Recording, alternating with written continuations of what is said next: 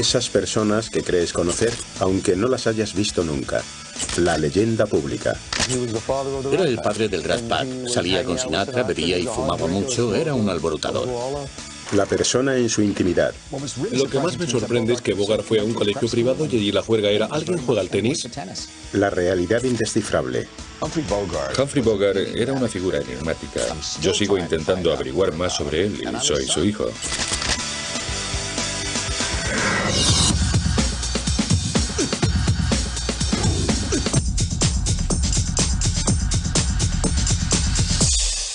Humphrey Bogart.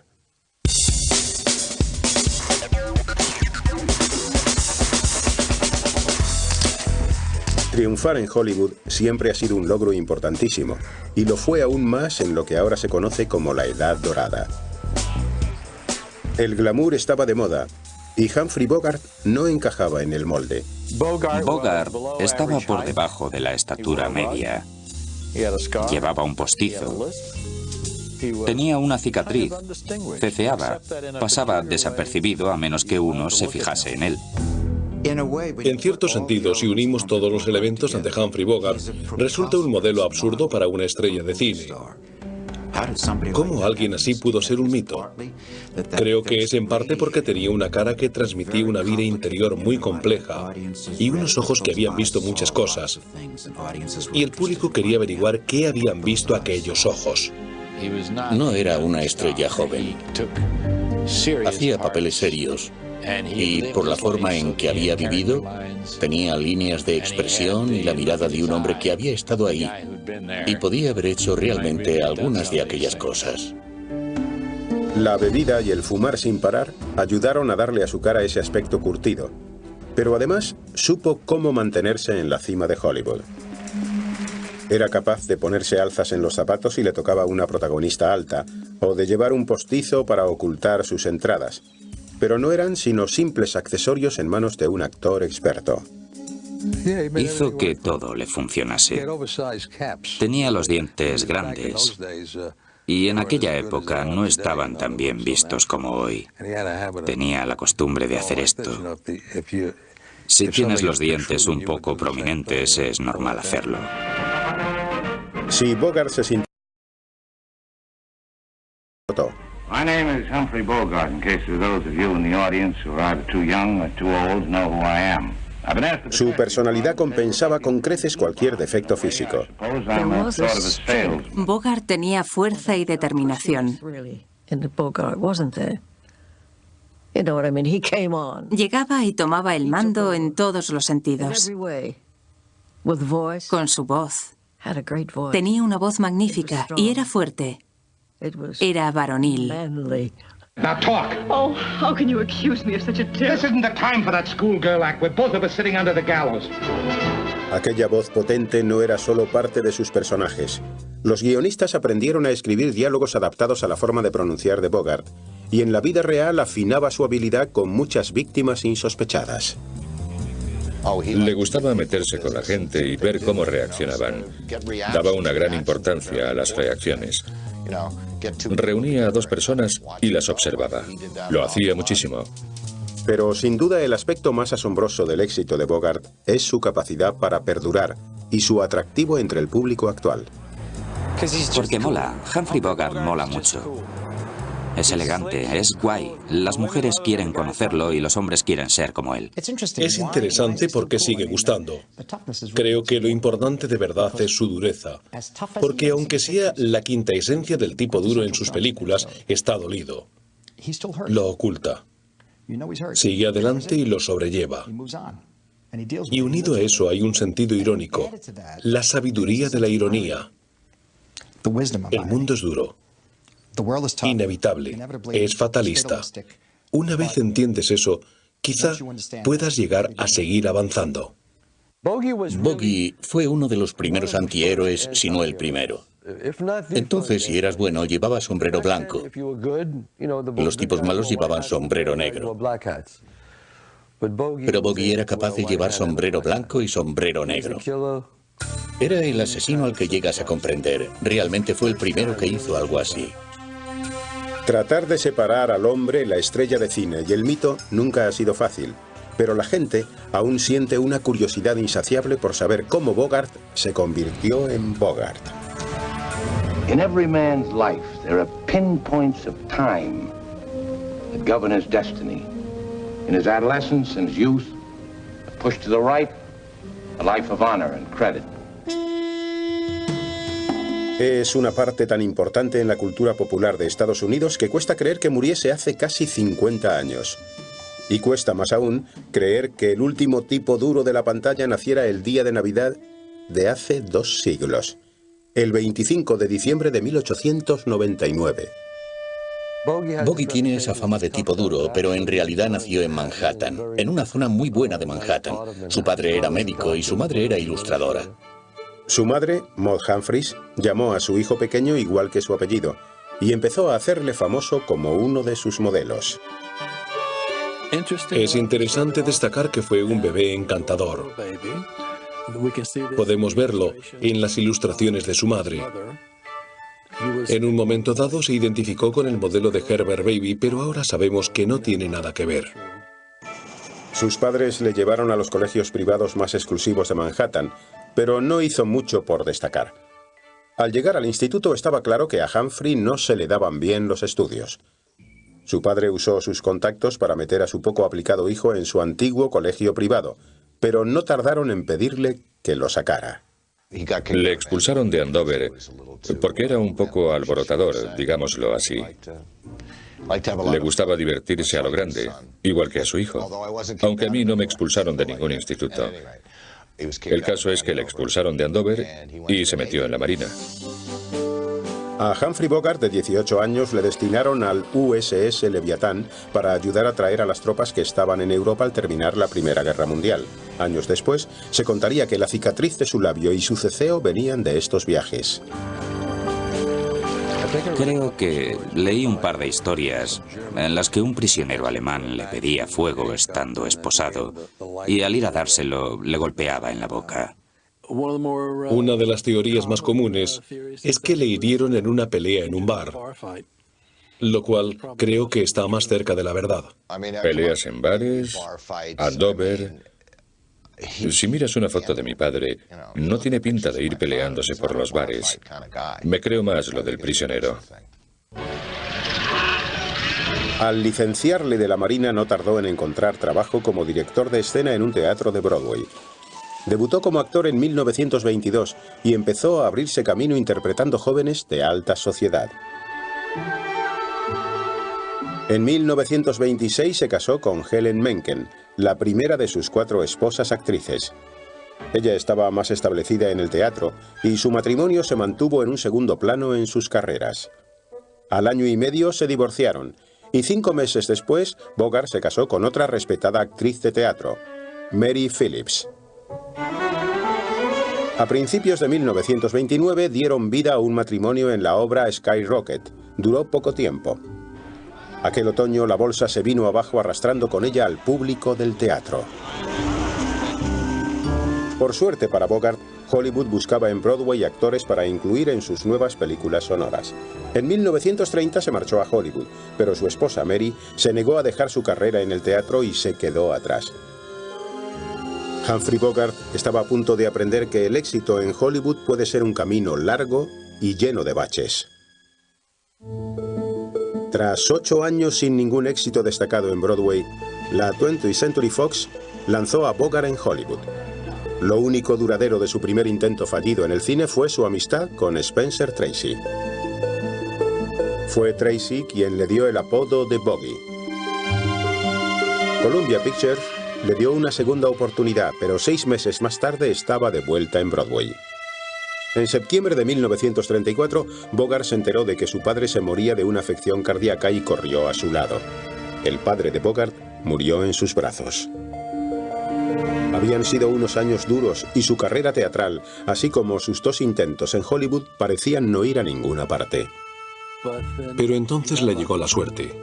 Arthur Hopkins, el productor de El bosque petrificado, la nueva obra de Robert Sherwood, recuerda haber visto a Bogart en un papelito y de algún modo se lo imagina en él, la piel del despiadado asesino.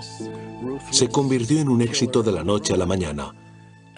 Bogart causó sensación. Bogey se parecía mucho a John Dillinger. En el bosque petrificado salía con barba crecida y al aparecer en escena el público se quedaba con la boca abierta. No habían visto nunca a nadie así. Pero cuando la Warner Brothers compró los derechos para la película, querían que su estrella ya consagrada, Edward G. Robinson, hiciera el papel de Mantee. Por suerte, el actor inglés Leslie Howard, protagonista de la obra y de la futura película, insistió en que Bogart estuviera también en la versión cinematográfica. What's the matter with you, Duke? Do something! Shut up! Shut up! Give me time to think! No, Duke, you want revenge, don't you? She has it. Su presencia en pantalla es electrizante. Cuando aparece llena la pantalla y sientes inmediatamente la presencia de una gran estrella. Just keep in mind that I and the boys is candidates for hanging. The first time any one of you makes a wrong move, I'm gonna kill the whole lot of you. Era la primera vez que ocurría. Aún tardaría en madurar como Humphrey Bogart. The right answer, Johnny. La Warner Brothers le hizo a Bogart un contrato de 7 años y empezó a hacer una película tras otra. En la mayoría de ellas terminaba asesinado por las grandes estrellas de la época, James Cagney y Edward G. Robinson. Dos de sus películas más importantes de ese periodo fueron las que la Warner Brothers le dejó hacer para otros estudios en 1937. Bogart obtuvo buenas críticas interpretando a un gángster llamado Babyface Martin en el estreno de United Artists, Calle sin salida. Después dio vida a un apresurado ejecutivo cinematográfico enfrentado a su amigo Leslie Howard en una sátira de Hollywood llamada Siempre Eva. You ain't getting in here again. Aside, my friend. I stand on my constitutional rights. Go away or you'll be sitting on them. Okay, sugar, it's a deadlock. Pero de vuelta en la Warners, su frustración crecía por momentos con los papeles que el estudio le daba. Los westerns demostraron que lo suyo no eran los vaqueros, y el papel de vampiro en The Return of Dr. X no fue el cambio de rumbo que buscaba. Una vez más sintió que su carrera cinematográfica se desmoronaba. Fue mientras trabajaba en The Market Woman cuando empezó una relación con la actriz Mayo Mertod. Se divorció de Mary Phillips y se lanzó a su tercer matrimonio. Pronto se convirtió en una relación conflictiva empapada de alcohol y celos. Creo que ambos eran una especie de almas perdidas que se encontraron en un momento dado. Bebían mucho. Había violencia de vez en cuando, pero siempre provocada por la bebida. A Bogart le preocupaba fracasar en Hollywood por tercera vez, pero otro tipo duro del cine de la época empezó sin querer a darle las oportunidades que necesitaba.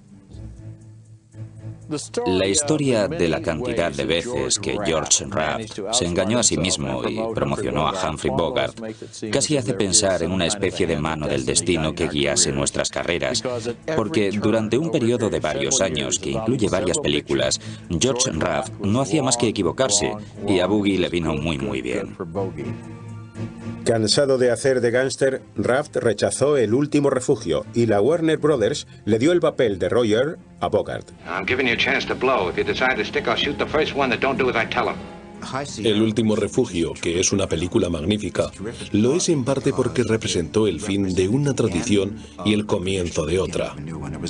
Fue el fin del ciclo del gángster clásico. Casi se puede decir que es el primero de los antihéroes de Bogart. El personaje logra grandes dosis de nobleza y categoría. Bogart demostró que sabía cómo llevar una película, pero fue una vez más gracias a George Raft como se vio catapultado al estrellato. Uno de los guionistas del último refugio iba a dirigir su primera película. A Raft no le apetecía trabajar con un novato, así que una vez más le dieron el papel a Bogart. Fue un paso equivocado para Raft, porque el joven director era John Huston, y su primera película fue El halcón maltés. What have you ever given me beside money? Have you ever given me any of your confidence, any of the truth? Haven't you tried to buy my loyalty with money and nothing else? What else is there I can buy you with? Con su retrato de Sam Spade, Bogart creó al detective de película moderno. De repente el halcón maltés, con John Huston trabajando con él, fue algo como de nuestra época. como tomar conciencia de algo nuevo y estupendo que acababa de surgir, y llegó a toda una generación realmente. We were talking about a lot more money than this. There are more of us to be taken care of now. Well, that may be, but I've got the Falcon. You may have the Falcon, but we certainly have you. El equipo del director John Huston y Humphrey Bogart llevaba camino de convertirse en una de las relaciones más creativas de la historia del cine. Huston y Bogart eran hombres de hombres. Había muchas mujeres en sus vidas, pero les gustaba beber. Les gustaba mucho beber y bebían muchísimo juntos. Eso fomentó un vínculo entre ellos y creo que fue muy importante. Pero también eran inteligentes, eran cultos, eran personas amables, capaces de mantener conversaciones que no fuesen sobre la película en la que estaban trabajando. 2 meses después del estreno de El Halcón Maltés, los japoneses bombardearon Pearl Harbor. Por suerte para los aficionados a ir al cine, Bogart, que ya había cumplido los 40, era demasiado mayor para ser reclutado. A principios de 1942, Bogart firmó un nuevo contrato con la Warner Brothers por 2.310 euros, pero el estudio seguía controlando las películas en las que iba a aparecer. A principios de ese año hizo una película mediocre llamada The Big Shot. Después vino Across the Pacific con John Huston, justo antes de que el director empezase su servicio en tiempos de guerra. Después, en mayo, a Bogart le llamaron para trabajar en otro film de serie B que se rodaba en los estudios de la Warner en Burbank, California. No se había decidido el resto del reparto, ni siquiera el título. Todos vienen al bar de Rick, acabaría llamándose Casablanca. I was willing to shoot Captain Reno and I'm willing to shoot you. All right, Major, you asked for it. Era el Rick perfecto porque sabía combinar la autocompasión con... Cuando miras a Rick sentado en plena noche en su local, borracho, recordando a Elsa en París, recordando cuánto ha perdido, sabe interpretar ese dolor, esa vulnerabilidad, ese hombre que jamás podrá recuperarse y al mismo tiempo ves su interior, ese idealismo. Pero al mismo tiempo se arriesga muchísimo. Esas transiciones eran el tipo de cosas que a Bogart se le daban bien. Casablanca fue un éxito y Bogart era ahora un protagonista romántico. Le preocupaba que en una época en que la estrella siempre conseguía a la chica, el final de Casablanca pudiera perjudicar a su carrera. Por supuesto, el éxito de Casablanca no fue nada convencional. Las cosas mejoraban para Bogart, y en la vida real estaba a punto de conseguir a la chica. El único problema era que seguía casado con una mujer cuyos arranques de celos eran más que amenazas vacías. Con éxitos como El Halcón Maltés y Casablanca, 1943 debió haber sido un buen año para Bogart. Sin embargo, sus 3 películas siguientes no hicieron nada por su carrera. Ya una estrella, se enfrentó directamente con el director de la Warner Brothers, Jack Warner. Entonces el sistema del estudio era horrible. Obviamente daba a los actores su oportunidad, pero no iban más allá. Eran esclavos ligados a su contrato. Yo le respeto por enfrentarse a Jack Warner, por negarse continuamente a ceder al sistema. Aunque no era ningún tonto. Esperó hasta tener poder para hacerlo y entonces se rebeló contra ellos. Se rebeló siempre que pudo. Mientras de día seguía lidiando con el estudio, el matrimonio de Bogart con Mayo era otra fuente de conflictos continuos. Se estaban haciendo famosos por pelearse en público, y la violencia iba a más. En Hollywood les llamábamos los Bogart peleones. Una vez, Richard Arlen, que era uno de nuestros grandes protagonistas, y Bogey y yo habíamos ido a cenar, lo cual hacíamos a menudo. Bogey llegaba tarde, algo muy extraño en él, era muy puntual. Llegó como media hora tarde, con 4 arañazos cruzándole la cara. Y la camisa manchada de sangre. Llegó y dijo, Casey, siento llegar tarde, pero he tenido que llevar a Mayo al hospital con una mandíbula rota. Solo con ver sus arañazos y la sangre, podías imaginarte lo que había pasado. Su inestable matrimonio incluso llegó a afectar al servicio público que Bogart prestó durante la guerra. Durante la Segunda Guerra Mundial, los USO, United Service Organizations, organizaban giras. Los Bogart iban en ellas para subir la moral de los soldados. Les echaron por pelearse. El comportamiento de Bogart preocupaba a algunos de sus amigos. Bebía sin control, y Mayo, que ya le había apuntado con una pistola y le había marcado con un cuchillo, podía acabar con él en cualquier momento.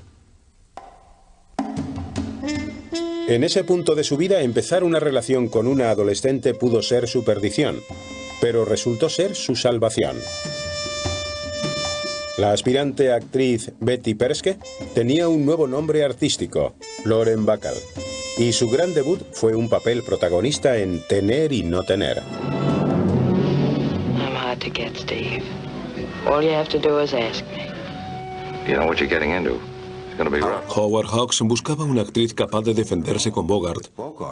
Y sorprendentemente encontró a aquella chica de 19 años de Nueva York, dura como la que más, rebosante de seguridad en sí misma y capaz de estar a la altura de aquel icono del cine. Conoció a mi padre, y quizá no fuese amor a primera vista, pero sí a segunda. A primera vista es, ¿qué pasa con este viejo? Y a segunda es, vaya. What did you do that for? Been wondering whether I'd like it. What's the decision? I don't know yet. Un director sabe lo que ocurre a su alrededor. Y Howard Hawks siempre decía, nada más ver a Humphrey Bogart y a Lauren Bacall juntos, fue como si estallase una traca. Y supe que tenía la química que necesitaba para aquella película. Lo que vemos es realmente una seducción. Y francamente, no se me ocurre nada mejor. La seducción se lleva a cabo a través del lenguaje corporal. Es como hacer el amor. En otoño de 1944, Bogart se puso la gabardina de detective por segunda vez y se convirtió en la quinta esencia de Philip Marlowe en la adaptación para la pantalla de la obra de Raymond Chandler, El sueño eterno. Sometimes I wonder what strange fate brought me out of the storm to that house that stood alone in the shadows.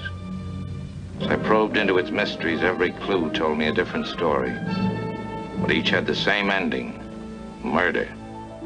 Lauren Bacall era de nuevo su coprotagonista. Haciendo de Marlowe en la pantalla, Bogey era la serenidad personificada. Nada dejaba adivinar que tras las cámaras su matrimonio con Mayo se derrumbaba entre dolorosas separaciones y ataques de celos. Lauren Bacall me contó la historia. El teléfono suena en plena noche. Es Mayo, está borracha. Le grita diciendo, ¿quién le lavará los calcetines? ¿Vas a cuidar tú de él?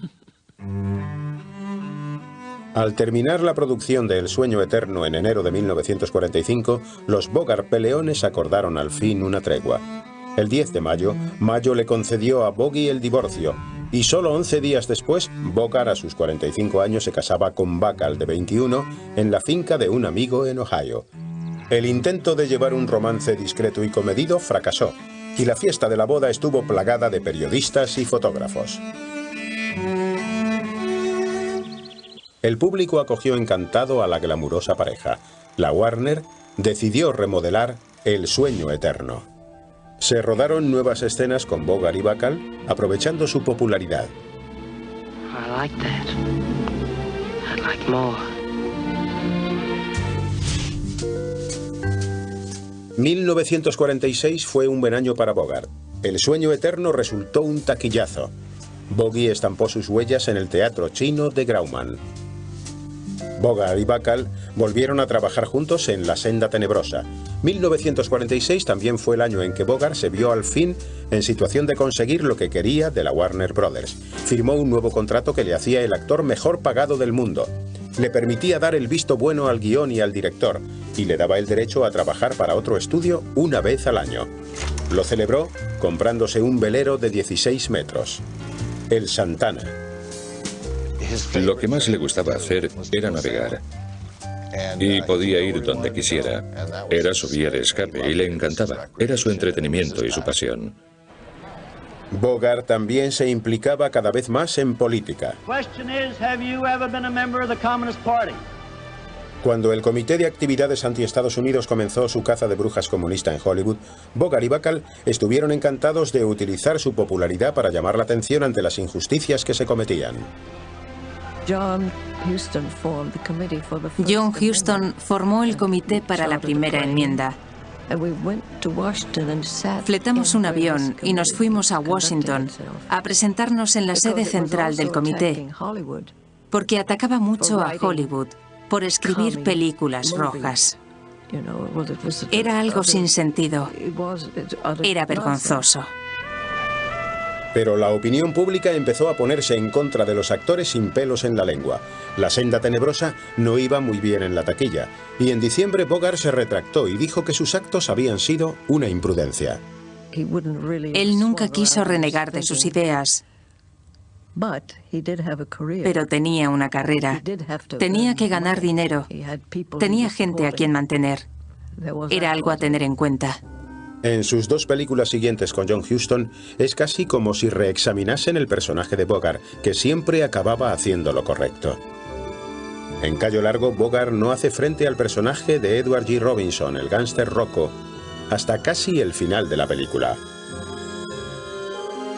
En El Tesoro de la Sierra Madre, Bogart dio un arriesgado paso al interpretar a Fred C. Dobbs, un personaje que no tiene remedio. Set your trap, shut up, or I'll smash your head flat. Throw it. Without me, you two would die here more miserable than rats. Leave him alone. Can't you see the old man's nuts? Ves a tu héroe en cierto modo y te gusta Bogart. Te gusta de verdad. Y ves cómo Fred C. Dobbs se va derrumbando y te derrumbas con él, porque te va a enseñar una lección sobre la avaricia y la vida. Y lo que sacas en claro de esa lección es que va a tener que caer en picado. I know exactly what you mean. You want to take it all for yourself and cut me out. I know you for what you are. A long time I've had my suspicions about you. Now I know I've been right. Cuando está atando las mulas y habla para sí mismo y dice, tienes que levantarte muy temprano para darle gato por liebre a Fred C. Dobbs, en ese momento sabes que se ha ido y que no va a volver.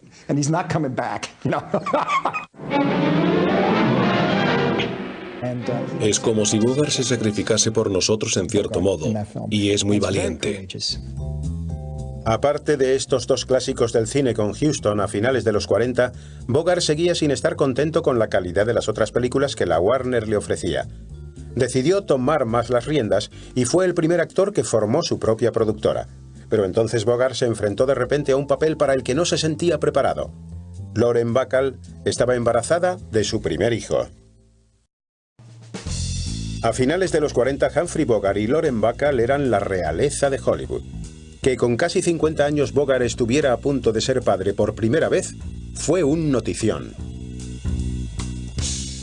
Harry Truman y mi padre apostaron sobre el sexo del bebé. Mi padre decía que iba a ser niña. Harry Truman que iba a ser niño. Es evidente que ganó Harry Truman. Mi padre le envió un cheque de 20 pavos. Y Harry Truman lo devolvió con una carta de la Casa Blanca que decía cuánto respetaba a un hombre que recuerda sus deudas y las paga. Es sorprendente. Stephen Humphrey Bogart nació en enero de 1949. La paternidad fue una transición dura para Bogart. Todavía era una época en la que los hombres de verdad no cambiaban pañales excepto en fotos de estudio para campañas publicitarias. Ser padre le hizo mucha ilusión, pero estaba asustado. No sabía qué hacer. La criatura le daba como pavor. Un niño llorando y esas cosas. Creo que no disfrutó mucho aquella etapa. Era como si prefiriese esperar a que el niño fuera un poco más mayor para poder hablar y eso. Si sus fans temían que la paternidad iba a ablandar a su héroe Boggy, los titulares de 8 meses después del nacimiento demostraron que no tenían de qué preocuparse. Estando en Nueva York, Bogart entró en un club nocturno llamado The El Morocco con un enorme oso panda de peluche que había comprado para su hijo. Se sentó con su copa y su panda y una actriz llamada Robin Roberts, que buscaba publicidad y a quien, según la declaración en el juzgado, contrataba el propio club. Se acercó a su mesa y le dijo algo como, «Quiero tu panda», e intentó quitárselo. Bogart, que era muy cabezota, tiró del oso. Hubo un forcejeo y le dijo, «No vas a llevarte mi panda, es para mi hijo». Y según la declaración de ella, la tiró al suelo. El juez desestimó el caso, dijo que no tenía fundamentos, pero durante 3 días estuvo en boca de todos. Se le prestó mucha atención porque era una historia escandalosa. A Bogart le preguntaron, ¿estaba borracho cuando sucedió? Y su genial respuesta fue, ¿quién no lo está a las 3 de la mañana? Esa clase de proezas pudieron ayudarle a preparar uno de sus papeles más famosos, Charlie, el viejo granuja áspero y borracho de La Reina de África. Buscando realismo, el director John Huston se llevó a todo el reparto, incluida Katharine Hepburn, a un lugar remoto de África durante meses. Sobrevivir al rodaje se convirtió en una experiencia casi tan dramática como la propia película. Casi todos enfermaron de disentería. Bogey y Huston fueron los 2 únicos que no se pusieron enfermos, porque no bebían agua. Bebían otra cosa, y ya sabemos lo que era. El subtítulo del exitoso libro que escribió después Hepburn sobre sus experiencias lo resumía a la perfección. Cómo me fui a África con Bogart, Bacall y Huston y casi perdí la cabeza.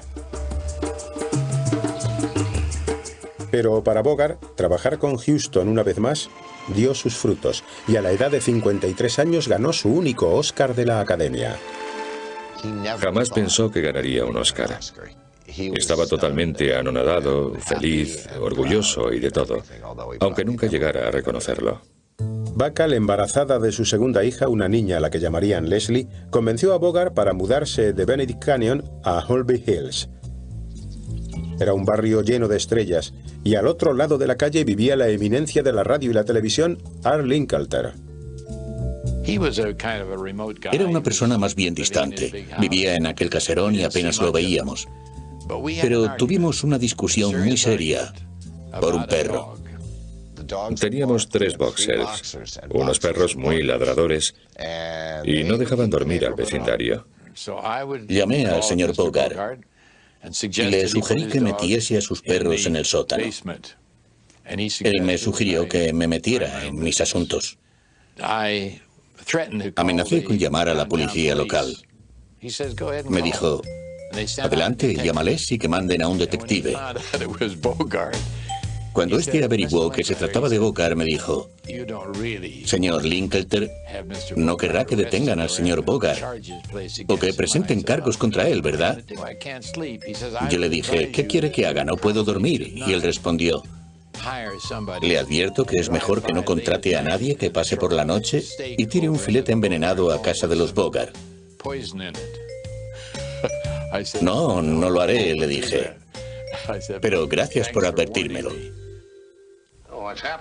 Bogart dio rienda suelta a su lado más excéntrico en La burla del diablo de John Huston. Al público no le gustó la confusa y estrafalaria película.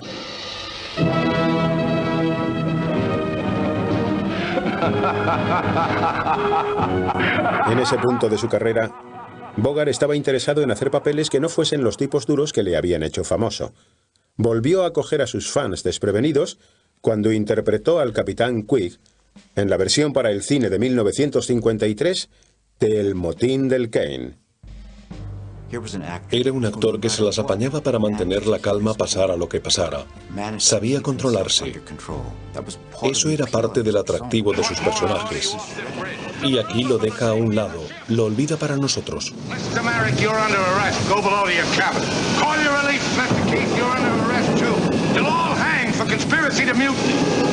Te esperas que supere la situación, pero no puede, no va con el personaje, y eso lo hace mucho más desconcertante para el público.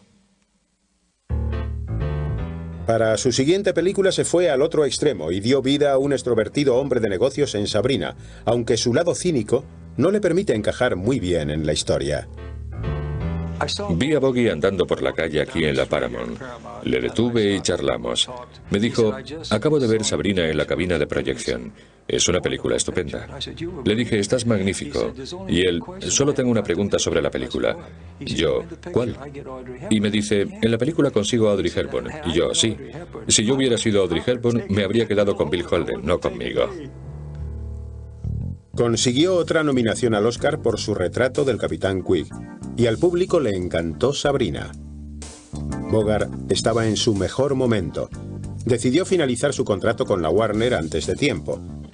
Al mes siguiente apareció en el programa de Jack Benny y disfrutó parodiando su imagen cinematográfica. Now, what did you do with that gun? Now, wait a minute, before you start any rough stuff. I'm entitled to one phone call, ain't I? Well, yes.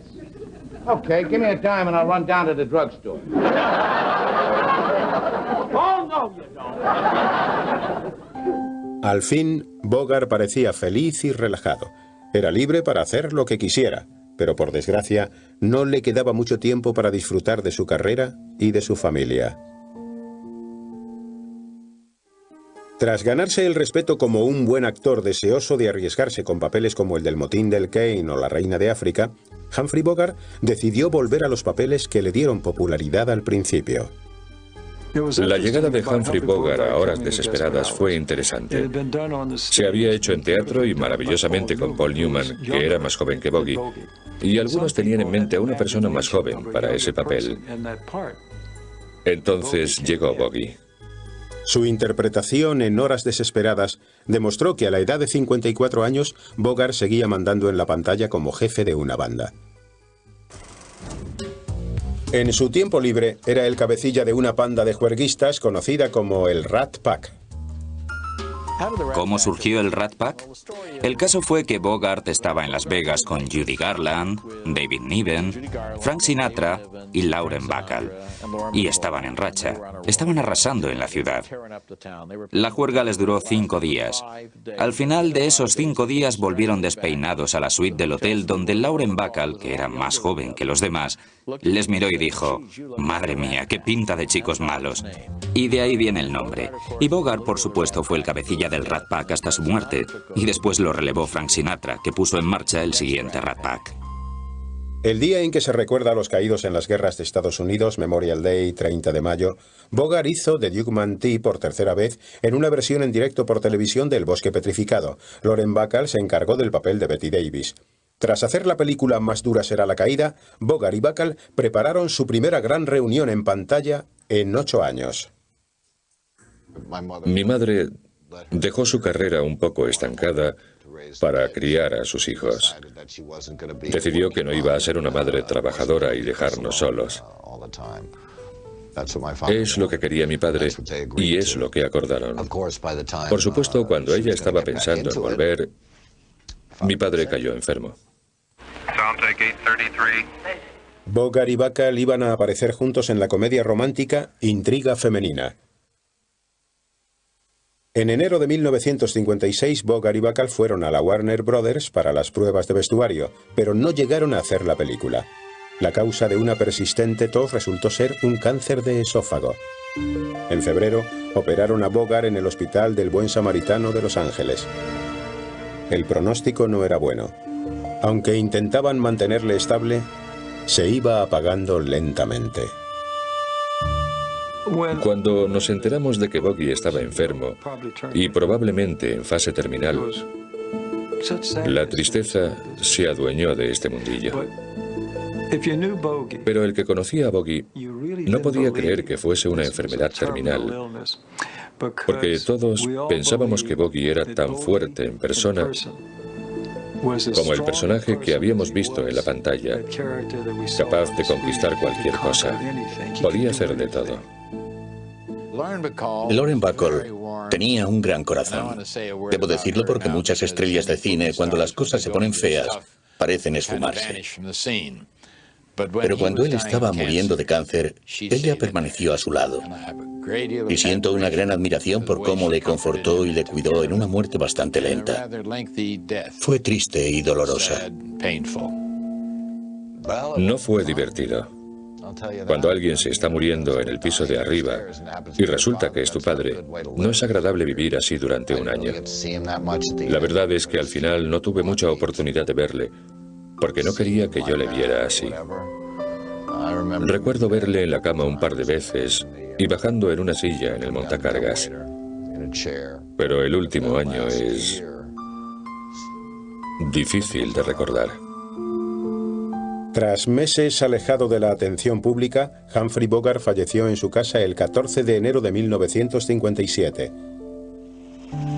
Su entierro se convirtió en un acontecimiento para los medios de comunicación. Un desfile de estrellas se abrieron paso entre el público y se apretaron para presentar sus respetos. Donde debería haber ido el ataúd, colocaron una maqueta de su amado Santana. Quería que lo incinerasen, como se hizo, y que esparciesen sus cenizas en el mar. Pero por alguna razón no era legal hacerlo. No tengo ni idea de por qué. Parece algo tan inofensivo. Así que está en el Forest Lawn, donde sigue hoy tras una puerta con cerradura. Mi madre tiene la llave. Fue el primero de las superestrellas en morir antes de tiempo. Como Marilyn y Elvis, que le seguirían, Bogart estaba destinado a convertirse en un icono.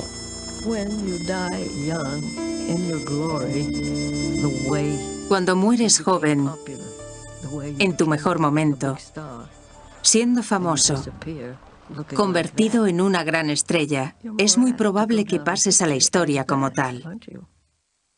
Durante las últimas décadas, nuestra cultura ha estado impregnada de imágenes de Bogart. La verdad es que Sueños de un seductor, de Woody Allen en 1972, lo revivió como una gran estrella, como una leyenda. Y así se quedó para siempre ligado a esa figura con gabardina que Woody Allen creó para la película. A menudo han sido los imitadores de Bogart, como el actor Robert Shackey, quienes le han devuelto a la vida. He's looking at you, kid. Y de algún modo, la voz grave y clara del tipo duro, del gángster, del chico malo, ha sido muy codiciada para anunciar de todo, desde una nueva línea de mobiliario hasta relojes. En sus películas siempre fue un hombre que no quería fastidiar a otro hombre. Era un trato justo, un apretón de manos y cosas así. Así que tiene mucha credibilidad hablando de un producto. Con el interés continuo por sus viejas películas, la corriente infinita de imágenes en anuncios y en la cultura popular, parece que Bogart se quedará entre nosotros. Y con los avances en las imágenes generadas por ordenador, ¿quién sabe cuánto tardará Bogart en protagonizar su próxima película? Humphrey Bogart, la estrella de cine, sigue viva mientras Bogart, el hombre, sigue siendo un enigma fascinante. Creo que la razón de que Bogey haya durado tantos años es que no podíamos entenderle. Tan pronto creías que lo conocías como lo perdías. Y creo que por eso ha durado tantos años, porque nunca supimos realmente quién era.